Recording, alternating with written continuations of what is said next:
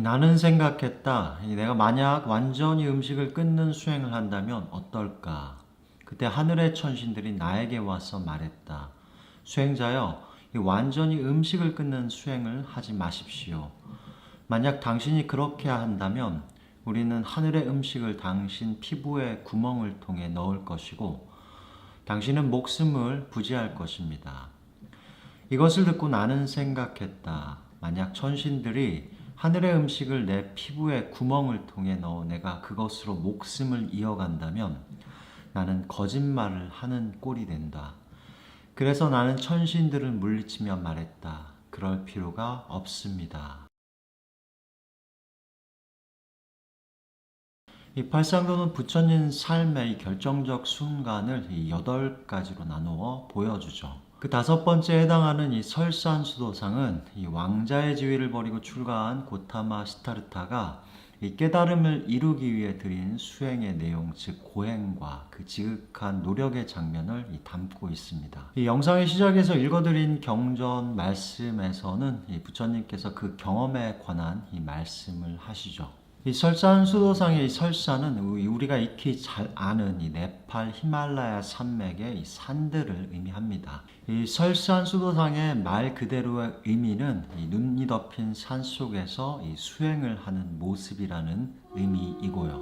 이에서 많은 분들이 이 제목의 의미를 그대로 받아들여 이 부처님께서 역사 속에서 실제로 이 눈이 수북히 쌓인 히말라야 산 속에서 이 수행을 하셨을 거라 오해를 하실 수도 있을 것입니다. 하지만 경전의 여러 내용과 정황을 통해 볼 때 이 부처님께서는 그처럼 눈이 덮인 산에서 이 수행을 하셨다기보다는 이 만년설 눈이 덮인 이 히말라야 산맥이 보이는 이 인도의 어딘가에서 이 수행을 하신 것이 좀 더 맞는 의미일 테고요. 이 설산수도상이라는 제목은 이 부처님의 수행의 모습을 좀 더 극적으로 표현하기 위한 장치라 생각하시면 좋을 것 같습니다. 참 안타깝게도 요즘 설산이라는 말이 무색하게 이 히말라야 산의 정상의 눈들이 많이 지구 온난화로 녹았다 하죠.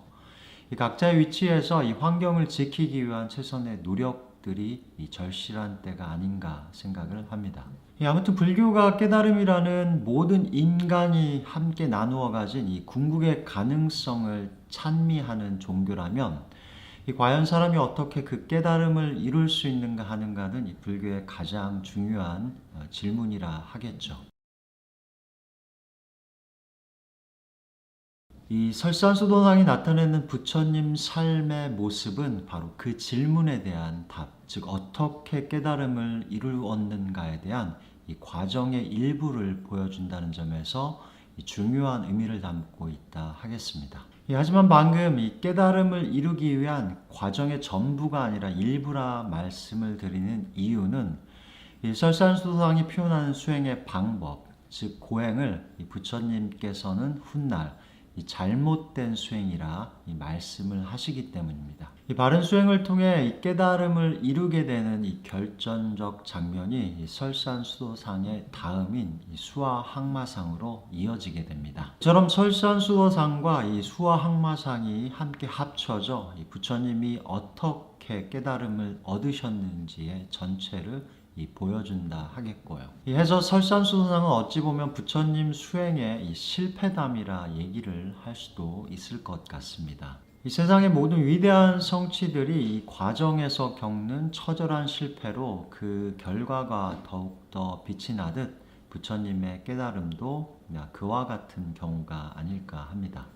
그렇다면 부처님은 왕자의 신분을 버리고 이 출가의 삶을 선택하신 후 어떤 수행의 과정을 거쳐 가셨는지, 그리고 어떻게 고행이라는 극단적 수행의 방법을 선택하셨는지에 대해 살펴보도록 하겠습니다. 이 팔상도 4번째 그림 유성 출가상에서는 이 고통이라는 실존의 문제에 마주한 왕자 고타마 시타르타가 이 오랜 고민 끝에 이 깨달음을 얻기 위해 이 한밤중 몰래 이 왕궁을 떠나는 장면을 담고 있습니다. 위대한 예술가를 꿈꾸는 사람들이 이 당대 위대한 예술가들이 이미 많이 살고 있는 이 파리나 뉴욕의 대도시를 찾아들듯 이 부처님 이 고타마 시타르타도 이 당시 인도에서 가장 앞선 수행의 전통을 배울 수 있는 큰 도시 이 바라나시를 찾아가시죠. 이 부처님 당시에 인도는 이 상업이 점차 발전을 하면서 교역을 통해 이 경제 발전이 이루어지고 그로 인해 큰 도시가 생겨났다 합니다. 이로 인해 기존의 사회에 큰 변화가 찾아왔다 이 학자들은 설명을 하는데요. 그러한 큰 사회의 큰 변화는 당연히 종교의 영역도 예외는 아니었다 합니다. 이러한 사회 변화 속에서 이 베다라는 성전을 중심으로 한 브라만의 주류 종교 전통에 만족하지 못한 많은 사람들이 이 집을 떠나 출가자 즉 사문이 되어 이 각자 나름의 수행을 통해 이 깨달음을 이루려는 이 문화가 나타나기 시작을 합니다. 이 고통이라는 삶의 문제의 해결을 위해 깨달음을 이루고자 했던 이 왕자 고타마 시타르타는 이 출가 직후 이 많은 수행자들이 살고 있는 이 바라나시를 향하죠. 자, 그 경전을 통해 보면 이 고타마 시타르타는 당시 가장 저명한 종교 수행 지도자 2명을 차례로 찾아가서 그들의 지도를 받게 됩니다. 그렇게 고타마 시타르타가 찾아갔던 이 2명의 스승 중 이 첫 번째 스승의 이름은 이 알랄라 깔라마이며 그 두 번째 찾아간 스승의 이름은 우다카 라마푸타입니다. 이 2명의 스승은 이 고대 인도 정신 문명의 한 축인 이 요가 수행자들로 보통 알려져 있습니다. 이 2명의 스승의 가르침 아래에서 이 고타마 시타르타는 이 오랜 시간이 걸리지 않고 그들과 똑같은 수행의 경지를 성취했다 하는데요. 그리고 그 스승으로부터 각각 함께 지도자가 되어 자신을 따르는 수행자들을 이끄는 교단의 우두머리가 되라는 제안을 받게 됩니다.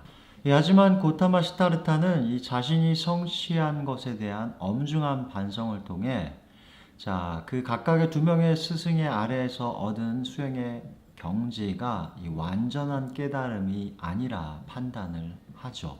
냉정한 성찰과 반성을 통해 당시 가장 높은 경지를 성취했다 알려진 이 2명의 요가 수행자가 모두 완전한 깨달음을 얻은 것이 아니라 판단을 하신 것이죠. 다시 길을 떠나 이 고타마 시타르타는 당시 많은 수행자들이 하던 고행이라는 수행을 선택을 합니다. 팔상도의 설산수도상은 바로 이 시절 부처님의 삶을 그림으로 나타내고요. 설산수도상은 자주 한 수행자가 홀로 산에 앉아 외롭게 수행을 하고 있는 모습을 표현을 합니다. 하지만 경전을 통해 유추해 보면 수행자 고타마 시타르타는 혼자가 아니라 여러 동료 수행자와 함께 수행을 이어나간 것이 더 정확한 설명인 듯 합니다. 고행이란 스스로가 자신의 육체에 극단적 고통을 주면서 그 고통을 인내하는 수행의 방법으로 간략히 이해를 할 수 있을 텐데요. 부처님 당시 이처럼 수많은 수행자들이 이 고행을 했던 이유에 대해 좀 간략하게 설명을 드려보면 극단적인 육체적 고통과 그것의 인내를 통해서 이 수행자들은 즉 카르마로부터 생긴 자신의 육체 부정, 더러움을 청정하게 하고 결국에 깨달음을 얻는다 믿었기 때문이라 합니다. 이 경전의 여러 곳에서 부처님은 스스로가 했던 여러 가지 고행의 방법들과 그것이 얼만큼 극심한 고통이었는지에 대해 그 경험을 말씀을 하십니다. 부처님께서 말씀하신 직접 체험하신 대표적인 고행의 방법으로는 먼저 음식을 줄여가면서 결국에는 아주 조금만 먹는 것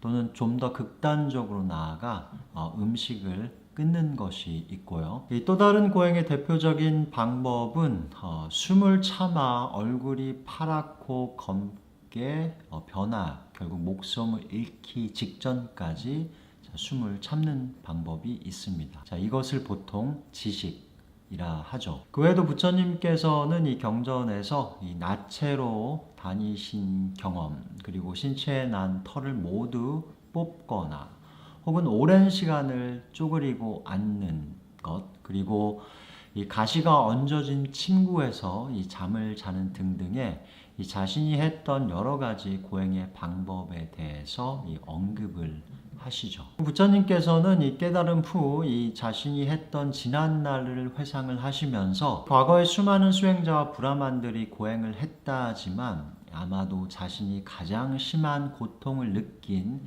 이 고행을 했을 거라 말씀을 하십니다. 이 부처님 전체 삶에서 이 출가부터 깨달음까지 총 7년이 시간이 걸렸다 보통 얘기를 하는데요. 자, 이것을 통해 유추해 보면 부처님께서는 꽤 오랜 시간을 이 고행을 이어나가신 것으로 생각이 됩니다. 자, 하지만 이 오랜 고행을 통해 결국 남겨진 것은 이 만신창이가 된 몸과 그것이 절대로 깨달음을 가져오지 못한다는 이 결론이었습니다. 팔상도의 설산수상의 바로 다음에 이어지는 이 6번째 수화 항마상은 자, 고행이 깨달음을 가져오지 못한다는 결론을 내린 이 고타마 시타르타가 이 바른 수행의 발견을 통해 이 깨달음을 얻는 얘기가 담겨져 있습니다. 자, 앞서 말씀을 드렸듯 이 설산수도상은 정말 절실히 노력을 기울였지만 이 잘못된 방법에 기인하여 결국 실패한